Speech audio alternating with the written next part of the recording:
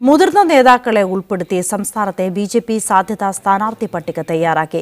ഓരോ മണ്ഡലത്തിനും മുൻഗണനാക്രമത്തിൽ 3 സ്ഥാനാർത്ഥികളുടെ പട്ടിക വീതമാണ് നൽകിയിരിക്കുന്നത്. ദേശീയ തെരഞ്ഞെടുപ്പ് കമ്മിറ്റി 2 ദിവസത്തിനകം സ്ഥാനാർത്ഥികളെ പ്രഖ്യാപിക്കും. A+ മണ്ഡലങ്ങളായി ബിജെപി വിലയിരുത്തിയിരിക്കുന്ന പത്തനംതിട്ട, പാലക്കാട് സീറ്റുകൾക്ക് വേണ്ടി പല മുതിർന്ന നേതാക്കളും അവകാശവാദം ഉന്നയിച്ചു. പത്തനംതിട്ടയിൽ PS ശ്രീധരൻപിള്ളയ്ക്ക് പുറമെ MT രമേശും K സുരേന്ദ്രനും അവകാശവാദമുന്നയിച്ചു. പാലക്കാടിനു വേണ്ടി ശോഭാ സുരേന്ദ്രനും കൃഷ്ണകുമാറും രംഗത്തെത്തി. തർക്കം നീണ്ടതോടെ യോഗത്തിനെത്തിയ ദേശീയ പ്രതിനിധികൾ മുൻഗണനാക്രമത്തിൽ ഓരോ സീറ്റിലേക്കും 3 സ്ഥാനാർത്ഥികളെ നിശ്ചയിക്കാൻ ആവശ്യപ്പെട്ടു.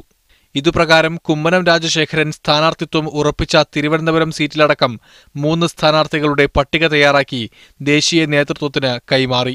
ബിജെപിയുടെ പരാജയം ഉറപ്പുവരുത്താൻ വേണ്ടി CPM-ഉം കോൺഗ്രസും പരസ്പര ധാരണയോടുകൂടി മത്സരിക്കുന്ന പശ്ചാത്തലത്തിൽ എല്ലാ സീറ്റുകളിലേക്കും മുതിർന്ന നേതാക്കന്മാർ തന്നെ ഉണ്ടാകണം എന്നുള്ളതാണ് ഉയർന്നു വന്നിട്ടുള്ള നിർദ്ദേശം. ശ്രീധരൻപിള്ളയുടെ പേരിനാണ് പത്തനംതിട്ടയിൽ പ്രഥമ പരിഗണന. തൃശൂരിൽ K സുരേന്ദ്രനും പാലക്കാട് കൃഷ്ണകുമാറും പട്ടികയിൽ 1-ാം സ്ഥാനക്കാരായി. പാലക്കാട് രണ്ടാമതാണ് ശോഭാ സുരേന്ദ്രനെ പരിഗണിക്കുന്നതെന്നാണ് സൂചന. കോഴിക്കോട് MT രമേശിനാണ് പ്രഥമ പരിഗണന. ചില സീറ്റുകളിലേക്ക് സ്വതന്ത്ര സ്ഥാനാർത്ഥികളെയും പരിഗണിക്കുന്നുണ്ട്. മീഡിയ 1 കോട്ടയം.